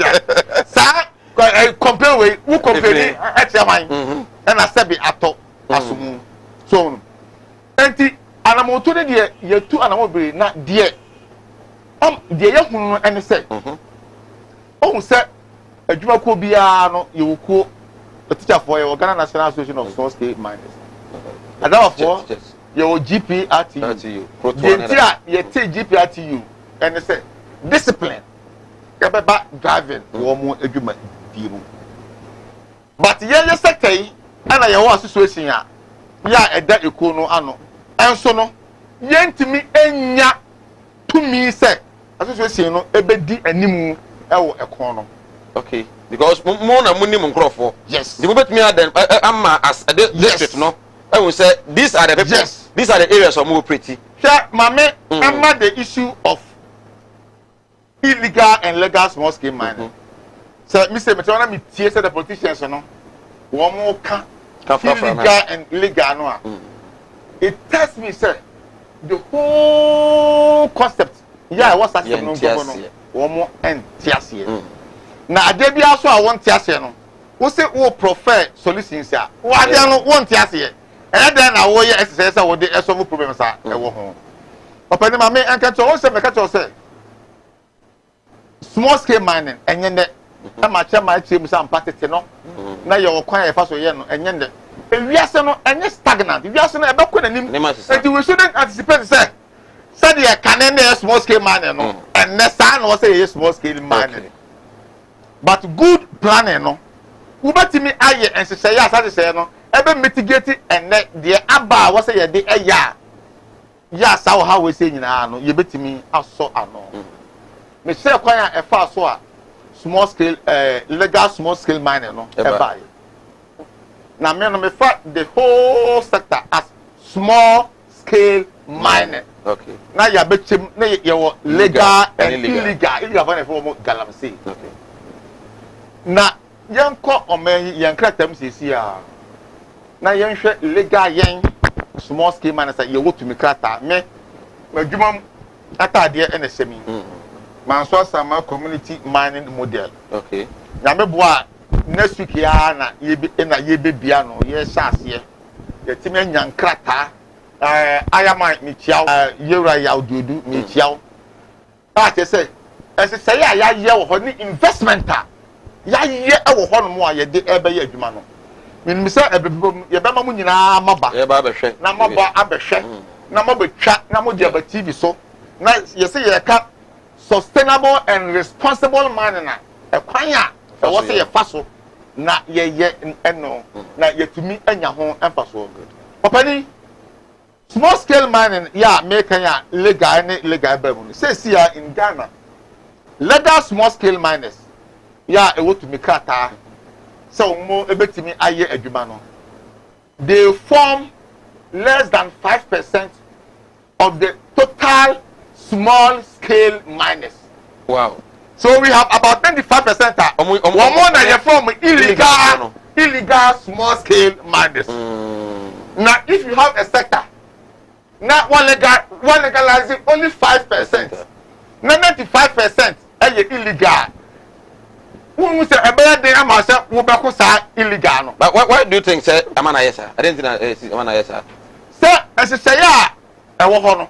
As you say, yeah, I will honor. I can't be. My is any more than your my more practical example. Get to have enough in trend. And sana, who bet me I legal small scale mining.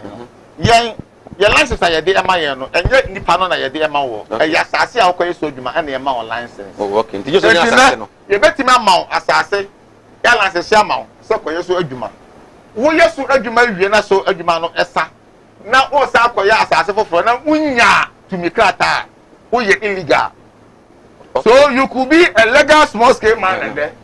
Per the system, no, it's not who you illegal small scale miner. And now, assassin, so you have the concession, no, and you 25 acres.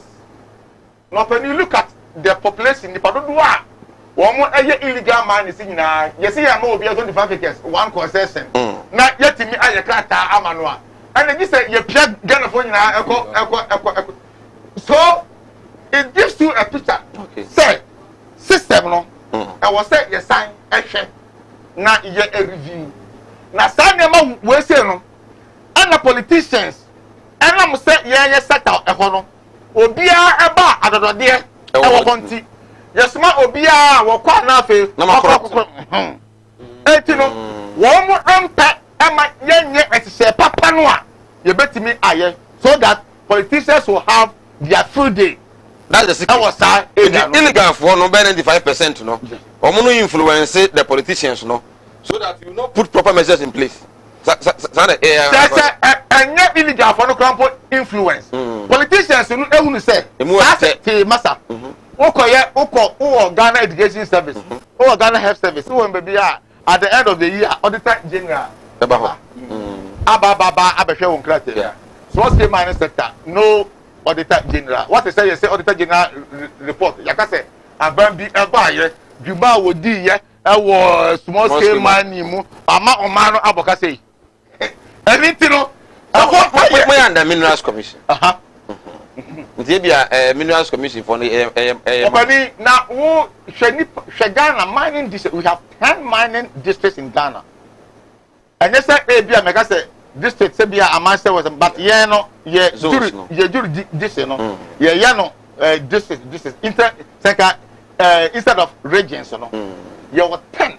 Okay. So now Ghana for Massa, I'm telling you, small scale mining, the impact I didn't make on me. Yeah overlook what as a my intimate and say papa and Massa a Jumano. Yeah. So don't be doing home. Messiah Abba, we say Joby, they must create jaws before collapsing or stopping Galamsey. Okay, Joby, so the Abba, I don't know. I say good evening, Sir Mike. I'm watching a show today. Very interesting. Look at the boys and girls. I see them at Takwa doing illegal mining. How can you stop them and tell them to go and plant trees? It's impossible. Okay, Naomi. Good evening, please. Government is over reacting towards the miners. Burning of these excavators are too much. Some of NPP big men are behind the Galamsey.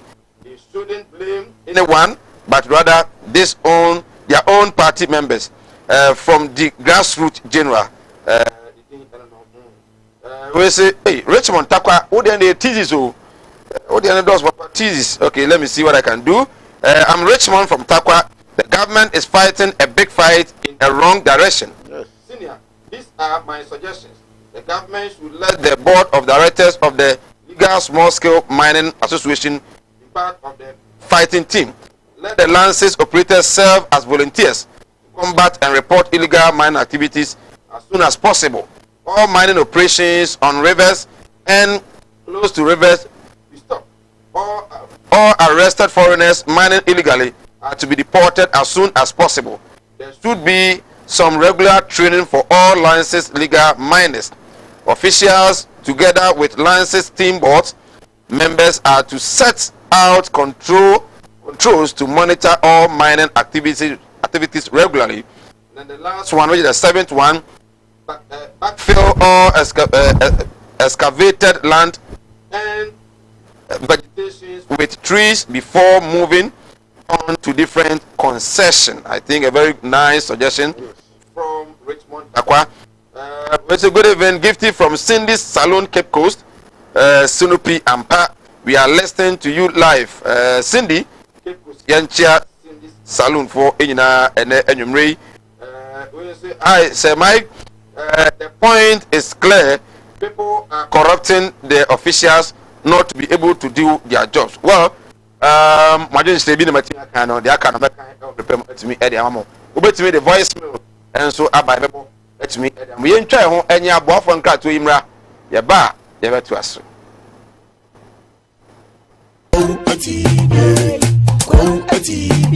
The animudia member for Nibintina Moni Ira, a binumba from was a mayor of our software, and so no mania masorama. A con Asante Memoir, a confonia to the saying, and so Bonnie a caution and robbing. Eya Christopher ene nkremofo enti ye nyama so na nyam kwase anyam na yeso obi o wa mene wo kase stroke a chino wa ya stroke no enko malam sebra enti difo no nim to de yeso no de moti abafie difo mu obekọ puppet so jo obensa difo mu awi tramadol masa piao so ho adwuru ene danta de bibo ano Mala Muhammad Spiritual Herbal Center Ebnada bia 7 to 9 p.m. And then here, Kumawood TV, na yambre, enwura sunsumu, ena osuko, na o how eda oswono, mala mohwe na onyi emfiri o emfa emawo. Etwere yare bia edam usika ena ayira na wohwe.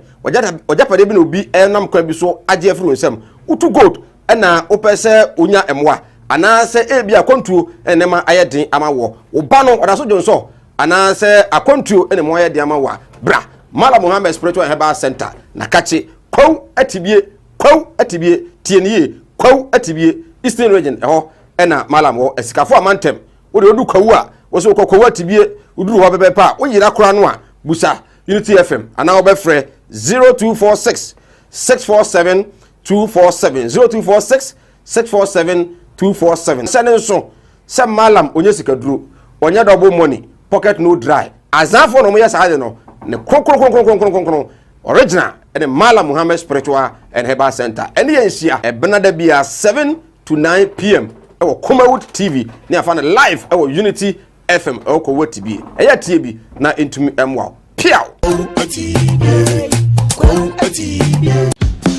Hey Steve Ozode na wo kwai ja me kokot wo kokot she wonti mi case no ade makoto land bia ma che se me wo hwa na wo ya ba na manso abusia asase wo ya asase ama sam na kodi court 4 years ni wo sika nyina asa aka mant no mabua ne ndemrem ye to asase a manso da so wa bra Best Land Estate Limited ewo omo asase won kan wo kuma se wo to asase wo Best Land wo na dua kape o ma 50 bars of cement free anase 750 blocks at the amount free or the can land no amount enu achi no se woni sika kra o de be free na wutua na kakra wonti omo di asase free me da message nyina omo na mama asase am mesel fa me ko obetimi afa telephone number na desk screen so no na free won se sia na won nam court 4 years otimi di 1 year esi wo dan ewi ase ankasa no pese osifia eso pelandia ehwo dwo ene na Best Lands Estate Company Limited be a landlord. And Yarwa would obey and Ajini Pejano Abosso, Yarebi to say, and Yare, Akumayare, Wadumwatsu, Untimin Didi, oba ne barima wontimi nwo me kanfo tahwid naturopathic clinic adodo na efreye Madam Katri clinic di amaw Madam Katri clinic enam homeopathy naturopathy subetu ya nyina efri ho ye ne kofa bae de Madam Katri tonic aba adwaman so eboa siesie ni padua no ne titiw e de ma emma wonom a wonfichiko ensisi so yie sa wonom Madam Katri tonic eboa ema woni padua no enyini yie na aboa ma wonfichiko so aye kama ye wonfidie wa waso a ye de aba adwaman so a ye de hwehwe di padua ni mu eyi yarwa hodo ahintani nyina edi Katri clinic ewo Kumase Asante Mantembu adi ne yewo Madam Katri clinic yarwe nyina last time FD ya hwehwe say dwade ka yes Emma wakwaba oguso hweye live on Kumawood TV jumade no sinupi nyamre na se de city no ya kan side ndwino my Ghana ho bi se ye ya nhweye na enya kwanyan na ya ammoa moman no entimi amfa ne to apa mfiri adachi bi de kan broni kan posterity ye nchirima ebu ye fopa no nti na ene ye trase a na nyamre na ye di enkomo oje nche no fabra mo amode voice mail na ba ma ka kire mo e ba ntema na be ba ma ho se voice mail na ma ntema yentimi emmo emfa amount wo de ba na wama no abantem etimi e de ama yemfa seda fa Mala Muhammad spiritual and herbal center o kwawu etibie escafo amantem no no eastern region udu nkoko a o se ukoko watibie just a stone tone akra bi na odu ho bomode ne ko na omo a wo se eye awo ho nsem na ayeden e de ama wo yare bi na obusuani bi yare etwere edam ana se diabetes hepatitis oba no no so Johnson aba no eda so Johnson obu ha na okronfo e ba enye ono ahun bi de ma ehye no ma ne bokoro no fa na bra na malam entimi enhwe no emfa emawo odum se ene malam awo TV so nyina o mo ye fake ni ano atwa magu asofo wo TV so mo ye fake ni atwa do no agu na emom Malam Muhammad 27 years and why adwuma ko watibie watena ho abie radio station oba live on Kumawood TV ne no so wote ha nipa kokora no ma ha anaso enfre nka se malam yi obuma poda we ene malam kronkron wo ha bia obi an se fabra na ontimi emu a wo spiritual problem afu na awo pesa sase no enema nkoye manfo kokko so pa de so a bra na malam emu a wo be frɛ e wo 0246 647247 0246 647247 na otimi abo nsase e de ebupa ne wonam na konkran wo kwata kwada nsase ebupa ne wasase bia wura eno ntina so bi ka oto asase ama wa na e wo se utimi hu enipa na oto asase ama no ni su ene ne ban na the asase so de ma so no wono e otimi krata so de ma ana wa wi na kwata asase bi na kire manso ene ade enya agro eno nti ena me kanfo Bestland Estate ede ama wo se omo ana omo licenses a omo eton sase ton e wo my Ghana enkran ede Kumase ena Bestland wo ensase no na na info ede ashop mo sase mo ton na emfa emma na nanom eje ja omo ena omo so kakra bi ena omo eton ede ama na omo sase no so manso bia no eni ho eno nti ata sase na manso aba ho a kwadwo sika na fa bra Bestland Estate Limited na omo ntimi omo se ensase no ukuta sika do post no omo beje sanso ena unkuta sika no ne mu no opese utwe na kra mi am Kumawood TV makatu ya ntimi nkoto no bum eno nti no ayese betwe na kra nti no me ne ba mo so bosumi du na metwe no majuma sase na ma hase amisi dan eno ena Bestland eye de ama wo na wata sase ni wi a wo se ne o promotion bi asan ba o to sase e wo Bestland Estate Limited a o ma 50 bags of cement free fage start building no na entimi emwa o ma kache no ana so ye no mienu o my Ghana Kumase de miamia hodo bebre ena sase ne wo na mo office no e wo Kumase Crow from CPC omo ene S5 ena eye ehwani mu anase S5 akiri wa Sika FM Crow from former anase NPP regional office wo no nchen wa ena Bestland wo sanso ena akwankran so a Kwashiman bus stop ena abehu Bestland Estate Limited omode na from 0555 25338 0555 25338 from now manyo so na nei eye Bestland Estate Limited mo pani ba ko a o Asante Mantemu Presla ena ye ne birthday nti bini aba Presla ya we so happy birthday nyame wo style no nya kese pa na no kra wudi e wo Bestland na modwuma efo nyina no monko so a eni sa no kra no well yes antisim chairman the issue of omo jai mine no what is Mr. Jemfi ka say in fact sika wom enti no ministry no bia ba bia akra no akwese football no na amanfo push sika mo fara so mo ye bia na se meko mo ye bi so sika wom dia na ban no ye dia ama maburu no so that at least so mu jai sa small illegal mining no kra no a modwen wo say ye jai no e kom nkode Miki medas said na edi kaka obi send message say grant ne mabawa egu ho ye adwuma say jai no nkode dia oh see our mindset so baby I adwene na se wi ase o se o pesika ntemo a o timiska no betra ne ska na kawachi entini ye ne na ye sori na unya ayi 40 na ye den do you understand so yeah unya 40 na ye den na yenhwe Ghana ha yenhwe dan ye gu Kumasi ha keke let us do the number of a danya obetimi aka so mo de galamsey ene siye most of them eye koko ene de siye eye plantation enti se ye dikanya sa motive we ya e de na aban ne ya enipa na be ye o madwen se on be kom because minim se na omuyibi ma ye hwe e wo TV so omo a emrante no mo galamsey a no mo ye galamsey a e bra aban ne ye se no opese wo boa wo mo na wode agriculture ene wo person wusua adwuma bi obeso wasene small scale training artisans na wa boa mo makosua adwuma na no be ye wonsa no adwuma na waye na nka omo agyan sa adwuma no nyes kaba masa we look at the way ya omo si look at the risk involved sabi omo timi kɔ na nipa bi esi nipa 10 amana galamsey amana adwiregu omo so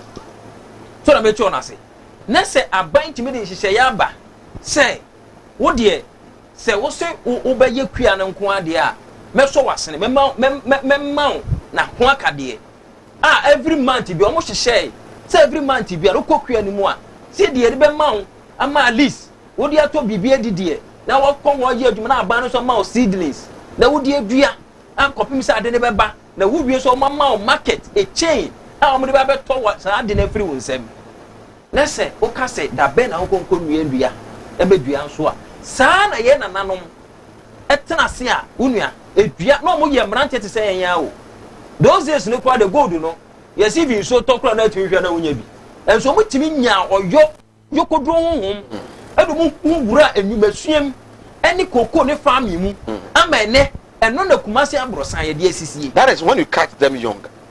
But if you allow them when we are school, when you are nye na no, you must understand say it won't be easy.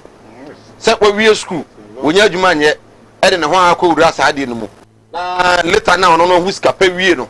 And I can say free mu. It may not be easy. Mickey, let's accept that. Mickey, I don't agree with you. Most of them if you school na eko. When we are school what me jai school because of say we who say abrantie bi anase obi a woni no eboti pen ebi ajai akọ site Okay. What you say galamsey site akoye adwuma nyesika ebi akọ wa husu atọ atade ebi anaso akoto TV bi abone dem eno ko tim motivate mani jai school Okay. hwe se wo ko fitemu a na so ko magazine a ye ti de masses neka ye ti do mo kan I say na obi amesua adwuma obo pe because they were there tie most of them were there obo no osua adwuma and I say I can say mama nkola nyina ko school.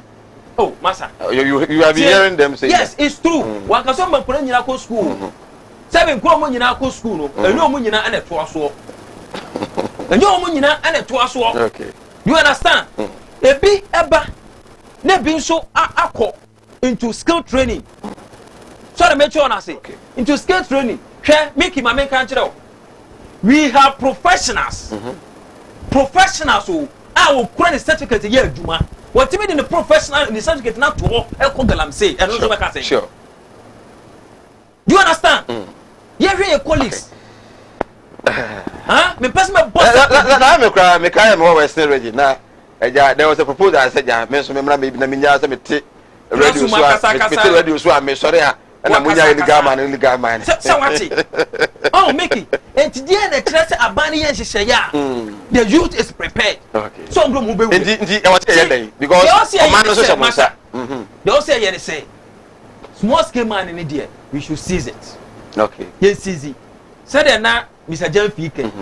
Yema, woman more into mining, no, should get into it. Okay. Omo leading the fight, you know. Now community mining, now no more can. Some brand Genesis mining no by there. We should group them. So the Metron say, okay. We should group them, give them the needed training. Oh, need to say union. Right. You understand? Near monitor activities. Okay. Near Momo baby. Right. No more for near Juma. Send you say pool crampo and your bell machines. Right. You bet me dear monitor my Juma dear. You more no more high machines in the Franco. Okay. What they are being travel, move your move reclaim. The land, you know. Such as here. Now, yeah, a dear. And you say, you get the basabas anyhow. Ah, the old day, no. A day a woo and say any sua say right. Ebeba. And no dear massa. Finally, Mr. Janvi, remember I have 3 minutes. Now, my focus until I 3 minutes near basically, who pa, we regional secretary. How pa and going to legal man, group bay. Yes, I am for BB, politicians, ye and musicians be near the day. As of 4 crab, you can involved in illegal mining. Mama, the number of people are more into small scale mining now.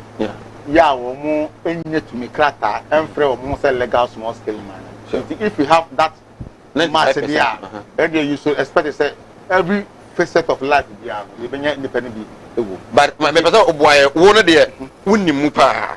Do we have some pastors illegal mining in this country? And I may say.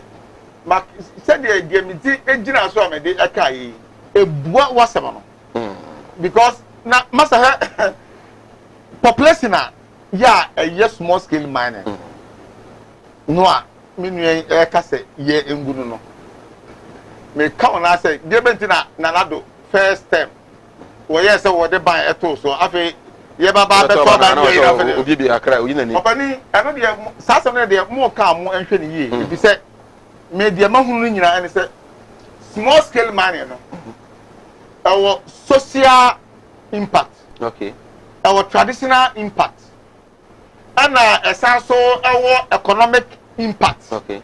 So and aka adie baako but ye brebiano ye hwa ye the economic aspect no na adie a ewo social na ewo traditional impact no hunu say aka nipa no efuruma opani kopim se apumunam kopim se asimunam apumunam ebesa untumi enka nkyere obi a otempo ano a okopo ana odidie se onya aposoko eda na se ojai aposo ekwa ede ba adwuma ana wode ema no about the closest in afei oba alternative livelihood asem ana working means asem a working nyina no you can tell that they said here working but in practice me baby ya wo mo so wo mo de sa project we say bi ekọ ya IEP ya implement na ye hunu results ya ba ye ekọ ye anu ya me what so ohun say area ben good because etimi amma say empo nipa ni nyina ana ebesi zaye say ye de saade no ye nya da e wo bra amanfo na nipa ama wo mo ekọ ohaw mu opani wo sem no a me wo ekai no afa ma memna community mining ketu e bi wadaro community mining a branch child of Ghana Association of Small Scale Mining. Okay, when am propose here come first we were looking at set the system no is here because you say and now also one ma obia individual concession as I said any grouping this are community mining yeah na you sell that idea to Professor Fembon Boating. Okay, ye nipa sabe ye ma wo mo ene aban enya egetamudie. Okay, but wo mo eye no ye tra se no e se ya ye dugu krata so enyina no edu say ye implement yanfa anya adwuma and community mining eba ebe say MMDCs ensem that the president ka say politicization na ye dey cause small scale mining ho and na ma yentime enko yanim ne ye small scale mining project na ye dey cause MMDCs for ensem wa anye kosikona wo it say metimi aka say community mining aban no estati edada no dodo no agu dodo no a anye sustainable enam ekwan a ye fa so a ye de party sem right ewurum ne David omampani aka ya na onim de woka okay why enche bia homa na tum na so wa Fred wa genche etumi aba jumade no so ye small scale mining illegal mining yenka ne sa e wo me kwa me be fa so betumi atu ase e de ne ye aba nanim so no so betumi aye etumi e de aboa ye ne a ye wo mu a ye pese efiri mu no na etumi aboa ma e bia kwotena fi so amfa ho kire ama politicians no kwa do have the nerves to say yes stop it the yes excavators inti nyame ya adoma January to November 2024 ye betumi akwa site ama so jafa kwa she excavators na if say ni ye me stop here e dey na me no me no ye na e betumi aboa but quickly what is the way forward me fa nema miensa pe e do so me fa nema miensa die edikan e ye politics ya o mampani no a e kai se yenyi emfiri ho die etoso mienu yama Ghana National Association of Small Scale Miners ya eye eku a eno na hwe sa adwumadie no so no enlidi sa anamo na yetu e wo small scale mining adwumadie mu okay regulation supervision yamba wo mo enye part if say wo mo enanim emia ye sa adwuma no wo mo so enanim nipa wo mo eye sa adwuma no ena etoso nyensa enso eye sesia no ekwaya mama yahunu say nipa ye small scale mining about 95% and wo mo ye illegal it is 95% no ekwan bay and wo say ye fa so ba wo mo so ebitimi ebe legal mining it calls for a review of the whole small scale mining legal small scale mining no say in terms of license acquisition ekwan ye fa so a ye ma license and na ebio ekwan ye fa so a ye enseseye afa logistics a enso a ebeti de nche ma Ghana for edo ho ekobo China for ebe invade sa sector no any say technical know how na China for ewo logistics na Ghana for na China for eden ewo aden na enyuma ahodo eduru brebi a abai etimi ye eseseye enema ebeboa ama wo mu edwumadi etimi akonkan na small scale mining sector so a omemu hanu no eye sector ebetimi afa dwuma every sector masa make show sika say the system no esiti enyinu enam se pa yenye ema ye se omanti enyinu ekogu boto fimu a aka se sika we se ni nyina no ba aban ho a aka busia bi say 5 billion busia na ye koje every China for no ye betimi akati sa enema no enyina e wo ha enti mi wie no small scale mining yenya se ne se no ye di bibia akogu enkran nankran and a different bar. Small scale mining must be locally owned, okay, locally regulated, locally monitored and supervised. Now, so one more bia yes, sir, Edmano. Young for one more that and so on some. Now, one more and yes, say ya. One more ever say yes, you. Yes, say yes, Sasia. Ya dachi and I yes, no, and no. One bema woman ni say na kobase. What the baby? Now what was will be in a baby na water so amawa. And this some crab no. Ama and shep. Ama dear, I was a no. What me? I say. Say good evening, Sir Mike. In fact, I'm enjoying your show, but this is really Sinupi. Okay, Joel, may I say, we will say, we want the government to give us work, since the government has decided to take off our work. Okay, right. I'm going to baby, I'm going to obet me a free. Or I didn't me a banana, they are telling oh, frere. My TV volume and conform. TV volume and conform. Let's see on free phone nowadays, free no emu. Let you the volume of your TV set go down, lower it very well, and then speak to us through the phone, please. We are the to know the come on numbers no 0202668461 0202668462. Any of them you can call through now for anywhere in come on. Chairman. Yeah, Mickey. Now of a giant has mining or social impact. Is it positive? Okay, my main far away. Wait a minute, cry. Hello, good evening. Hello, good evening. Odina be free. Okay, ebi enti o kasa.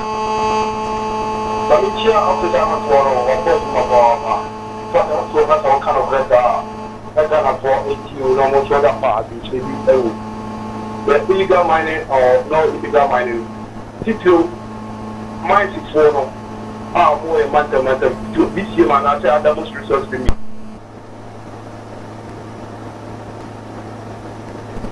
Hello. Okay, ebi sama say ohoma no adrepe. Tell me brem. Antina Mr. Jenfi can. Yes, it will both positive and negative impacts. So just say. Antina the na me can say me can say yen small scale mining. That was talking about illegal mining. So the bitch on say a bim or home said on can say uni licenses, master uni licenses, who operate anyhow. But said the working say omutimi masankrofo ni nyina eba basket ni. Na say omo form union. Na say omutimi come together. Oh say nipa bi won mo obeso de ne ho. Onu bi be ye adwuma partnership won pe. And I said okay, there are many. And the company okay, mama mfa we mra. Hello, good evening. Hello, good evening. Good evening. Odi na bia hwe ye free. Nyame adom boko. Okay, Mr. Trustworthy, okay.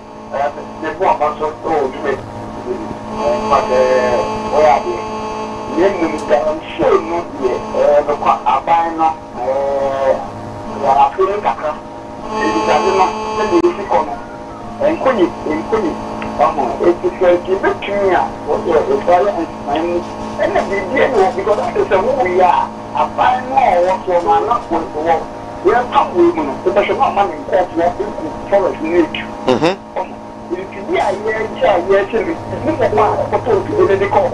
I don't get you to do control. I was going to have to do my same take the idea and matter and dream while if you can put you on one, you know, more than a year, show my perspective on man and can be. Okay.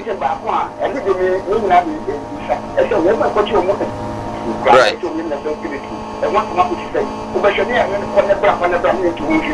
Okay. Abani yana say na yemfo chi yemra no tia. Hello, good evening. Hello, good evening. Yeah. Bria be ahwe free yentio.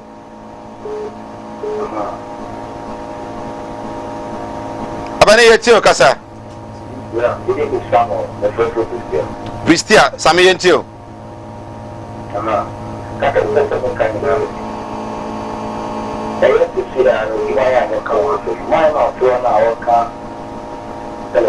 Yetio Sami kasa. Hello, Sami.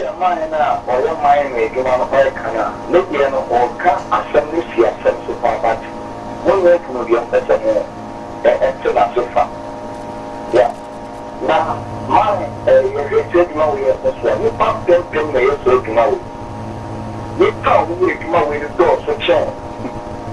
Kagana Bana and you might go away and follow. It is nothing of the possibility to make an easy I am working after that. So, I said, no, I knew I think I'm not the point to me. If I want to have the to be Ghana. Talking. Yeah.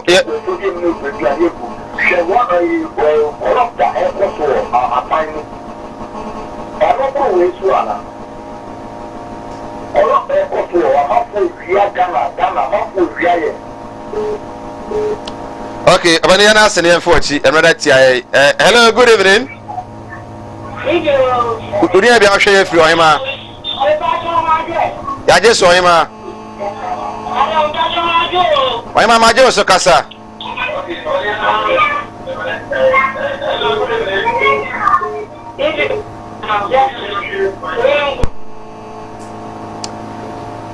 Well, I'm say mami uti o honodo uti o well hello, good evening.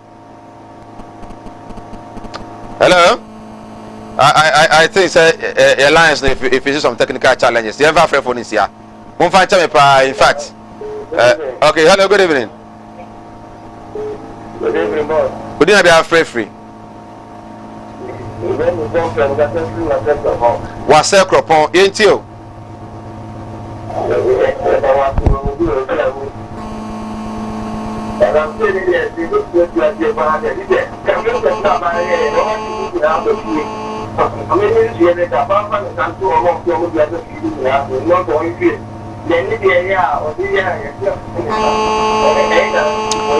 Wow. Okay.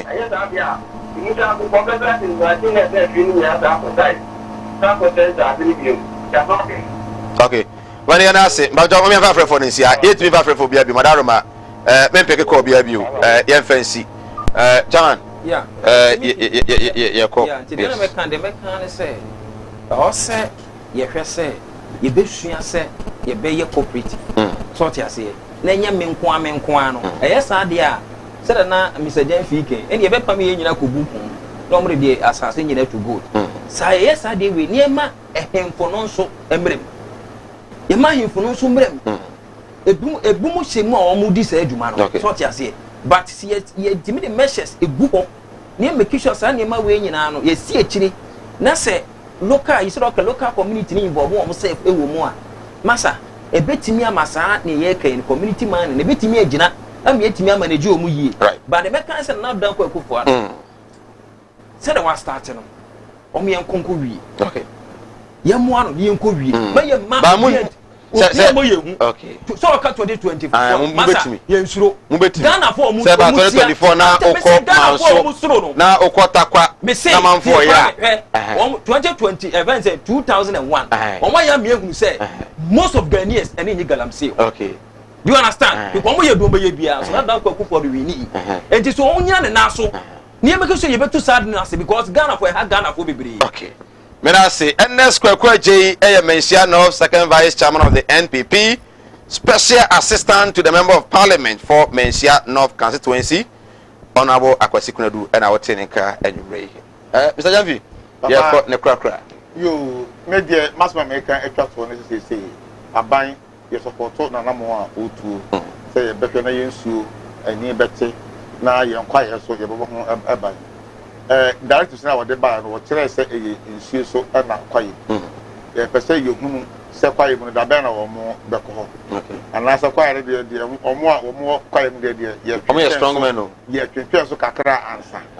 And now a bio answer Anamo Tono, the says never be cost on excavators.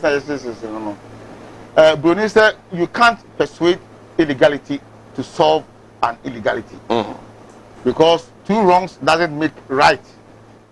Nipa no dade a oye illegal na wonso wo de emra ese won se won so wo akwa ni excavator eno so ye illegal e wo bra emra mu se hu obi a oye illegal e wo mra kwa ye de faso na ye di edi no na emra no a kire asotwen e wo se wo de ema no nti se no de wo se na de ono no wo de illegality and wo de solve illegality eno so no enye permissible e wo emra mu and at the Etapono, one Ghana National Association of Small Scale Mining due recognition. Okay.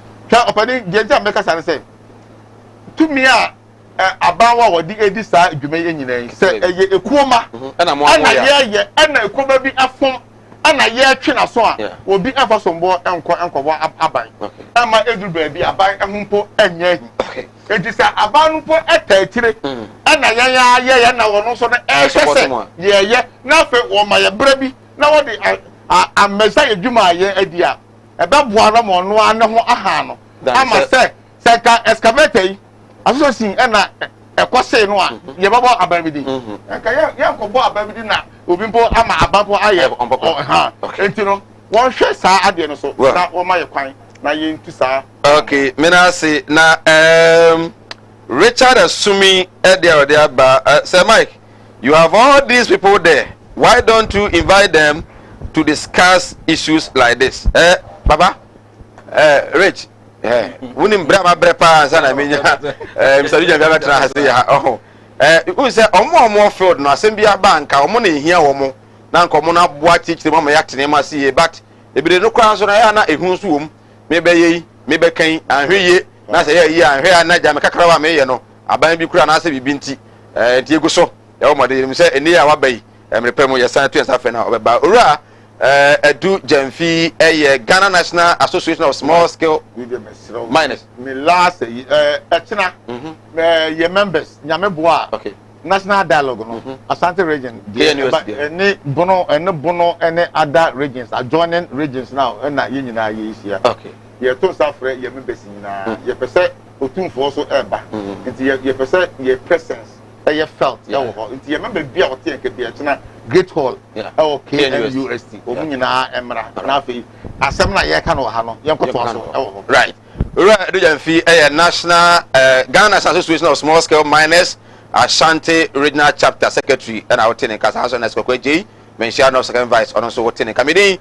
Edit Sir Mike on behalf of the entire crew, the able crew, headed by Samuel Kwabena Dakon, director, producer Bernard Ade, executive producer Sam Dakus, MCRVT Augustina, NFA Loretta, DOP Kobe Frank, NFA Productions Manager Uchi Nozo, Winana Boy, Emery Mediano Ebro. Ya crowd so says exactly 7 p.m. We are citizens who move now is Malam. And I don't know what and I go to Yakrano. Or better not say, nothing. I'm married at me at the income. Was in 10 times. Actually, I was say a year, home boneno, Yano Cre, and me, when I'm re, now what me actually. And I'll say.